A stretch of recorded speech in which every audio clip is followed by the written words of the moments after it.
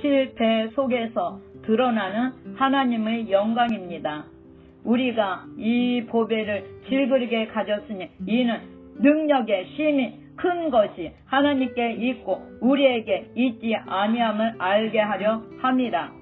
우리가 사방으로 우겨쌈을 당하여도 쌓이지 아니하고 답답한 일을 당하여도 낙심하지 아니하며 핍박을 받아도 버림받지 아니하며 거꾸러뜨림을 당하여도 망하지 아니하고 우리가 항상 예수 죽인 것을 몸에 짊어지면 예수의 생명도 우리 몸에 나타나게 하려 함이라.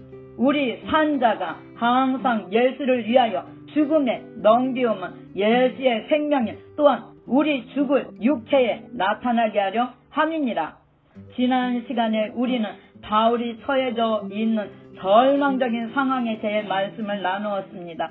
고린도 교인들에게 배척을 당하고 인격적인 모욕을 당하며 에베소 교회에서는 사역의 거대한 실패를 경험하여 살 소망이 끊어지고 마음의 사형 선고를 받은 바울의 상황에 대해 이야기했습니다. 하지만 하나님은 인간의 그 절망 가운데서 하나님만을 의지하는 그 고백을 듣기를 원하신다는 말씀을 드렸습니다. 그리고 그 고백 속에서 하나님은 인간의 생각을 초월하시는 방법으로 우리를 구원하신다고 말씀했습니다. 그 후 2장에서 3장까지 바울은 고린도 교인들의 비판에 대해 답변하고 있습니다. 이런 답변 중에서 바울을 가장 곤란하게 했던 것은 바울의 사도성에 대한 비판이었습니다. 과연 바울이 사도로서의 자격이 있느냐는 비판입니다. 그 비판의 근거는 두 가지였습니다. 첫째는 바울이 사도로서의 정통성이 없다는 것과 그가 처해져 있는 상황이었습니다. 1. 세상의 승리와 하나님의 승리입니다. 우리는 지금 바울이 어떤 비난과 싸우고 있는지 그 핵심을 보아야 합니다. 바울은 바로 당시 헬라 시대를 지배하고 있던 승리주의라는 관점과 싸우고 있는 것입니다. 바울 시대 헬라 로마 문화는 철저하게 정복과 지배의 문화였습니다. 그들에게 있어서 정복은 영광이었고 지배는 정의였습니다. 심지어 전쟁에서 훌륭한 승리를 거둔 사람들은 신으로 숭배되기까지 했습니다. 예수 그리스도의 사도라는 바울의 모습은 그들의 시각에서는 철저한 패배자의 모습이었습니다. 그는 늙고 외선 몸으로 천막을 지으며 가는 곳마다 배척을 받으며 복음을 전했습니다. 어쩌면 고린도 교인들은 그 초라한 바울을 자신들의 사도라고 인정하기가 부끄러웠을지도 모릅니다. 그런데 여러분, 실패라는 상황 속에는 우리가 미처 알지 못하고 있는 커다란 비밀이 있습니다. 그것은 하나님의 승리는 인간의 실패를 통해 역사한다는 것입니다. 민족을 구하려다가 실패하고 광야로 도망간 모세입니다. 형의 축복을 가로채려다가 실패하고 삼촌 집으로 도망간 야곱입니다. 왕으로 기름받고 왕의 사위가 되었지만 실패하고 광야로 도망간 다윗입니다. 성경에서 하나님이 쓰시는 사람은 수많은 실패를 경험한 사람입니다. 그들의 실패가 있었기에 하나님의 승리가 있었다고 생각하시지 마시기 바랍니다. 다만 인간의 실패와 하나님의 승리를 따로 분리해서 생각하지 말라는 말입니다.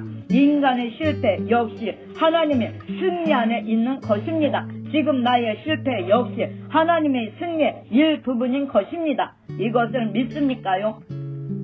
2. 예수 그리스도의 십자가의 죽음과 부활입니다. 인류 역사상 가장 큰 실패를 경험한 사람이 있습니다. 바로 예수 그리스도였습니다. 그분은 한때 유대인의 왕으로 불렸습니다. 떡 5개와 물고기 2마리로 5,000명을 먹이셨습니다. 모두들 그분을 왕으로 삼으려 했습니다. 그러나 그분의 인간적 삶의 마지막은 가장 처절한 패배로 끝났습니다. 이방인들 그것도 반역자나 극악무도한 사람들만이 지는 십자가의 형벌을 받고 죽으신 것입니다. 그분의 십자가의 죽으심은 인간의 관점으로 봐서는 철저한 실패였습니다. 그런데 이 실패가 하나님의 커다란 섭리에 있다는 것을 믿으십니까요? 그 분이 힘겹게 십자가를 걷는 그 한 발자국이 승리를 향한 걸음이었다는 것을 믿으십니까요? 로마 군병들이 조롱의 채찍과 백성들의 멸시에 찬 눈동자가 바로 하나님의 승리를 향한 과정이었다는 것을 믿으십니까요? 그리고 그 모든 조롱과 멸시와 십자가의 죽음 뒤에 오는 인류 역사상 최대의 승리를 믿으십니까요? 이것은 인류 역사상 가장 커다란 승리의 사건입니다. 온 인류를 구원한다는 것은 단순히 전쟁에 이겨 땅을 조금 더 차지하는 것과는 차원이 틀린 이야기였습니다. 인류 역사상 가장 커다란 승리인 예수 그리스도의 부활은 인류 역사상 가장 처절한 실패인 십자가의 죽음을 통하여 이루어졌습니다. 예수 그리스도의 십자가의 사건은 인간의 눈에 보이기에는 처절한 실패였지만 그것은 하나님의 커다란 승리의 일부분이었던 것입니다. 3. 바울의 상황입니다. 바울 역시 이와 같은 관점으로 오늘 읽은 말씀을 적고 있는 것입니다. 지금 그는 고린도 교인들이 비난하는 것처럼 초라하고 처절한 상황에 놓여 있습니다. 그러나 바울이 자신의 상황을 보는 시각은 고린도 교인들과의 시각과 틀립니다. 그는 자신이 사방으로 우겨쌈을 당하여도 쌓이지 아니한다고 말하고 있습니다. 답답한 일을 당해도 낙심하지 아니한다고 말합니다. 핍박을 받아도 버림받지 아니한다고 말합니다. 거꾸러뜨림을 당하여도 망하지 아니한다고 말합니다. 바울이 이렇게 말하는 근거가 무엇입니까요? 비록 자신이 연약하고 초라하여 질그릇 같지만 그 질그릇 안에 보배를 가지고 있기 때문이라고 말합니다. 그 보배란 무엇입니까요? 바로 예수 그리스도의 십자가의 능력입니다. 오늘 읽은 본문의 뒷부분의 말씀에서 그는 이 예수 그리스도의 십자가의 능력에 대해 이야기합니다. 10절에서 그는 우리가 항상 예수 죽인 것을 몸에 짊어지고 있다고 말합니다. 이 말은 번역이 잘못되어서 조금 우리가 이해하기 힘듭니다. 여기서 죽인 것이라는 단어는 헬라어의 네크로시스인데 이것은 죽어있는 상태를 의미합니다. 특히 이 죽음은 무기력한 죽음을 의미합니다. 그러니까 이것을 다시금 번역하면 우리가 예수의 무기력한 죽음을 항상 몸에 짊어진다라고 바꿀 수 있을 것입니다. 그리고 그 이유를 뒤에 설명합니다. 이는 예수의 생명도 우리 몸에 나타나게 하려 함이라고 말하고 있습니다.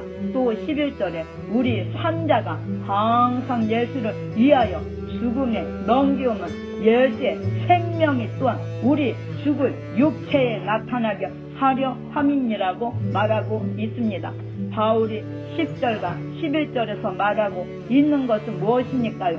자신의 실패와 좌절 가운데서 예수 그리스도의 십자가의 사건을 본다는 의미입니다. 그리고 그 실패와 좌절 가운데서 하나님의 승리를 본다는 것입니다. 어쨌거나 주님을 위해 열심히 일한다고 모든 게 술술 잘 풀리는 것은 아닙니다. 그 과정 속에는 사방으로 우겨쌈을 당하는 것 같고 답답한 일을 당하는 때도 있습니다. 그러나 그 속에서 표면적으로는 실패의 연속이지만 물밑에서 승리가 이루어지고 있다는 것입니다. 여러분은 지금 여러분의 삶에서 어떤 실패를 경험하고 있습니까요? 누구의 시선으로 보아도 이것은 실패라고 밖에 말할 수 없는 상황에 처해져 있습니까요? 그렇다면 이 시간 예수 그리스도의 십자가의 관점에서 나의 상황을 다시 바라보기 바랍니다. 커다란 승리가 눈 앞에 보이십니까요? 이 실패를 통해서 하나님의 역사하고 있는 그 능력의 손길이 보이십니까요? 우리는 그것을 보아야 합니다. 이 시간 우리의 영적인 눈이 열려 나의 상황을 하나님의 시선으로 보기를 원합니다. 이 실패가 하나님의 성공의 섭리의 한 과정임을 믿음으로 눈으로 보기를 바랍니다. 그리고 입술로 고백하시기를 바랍니다. 할렐루야. 아멘.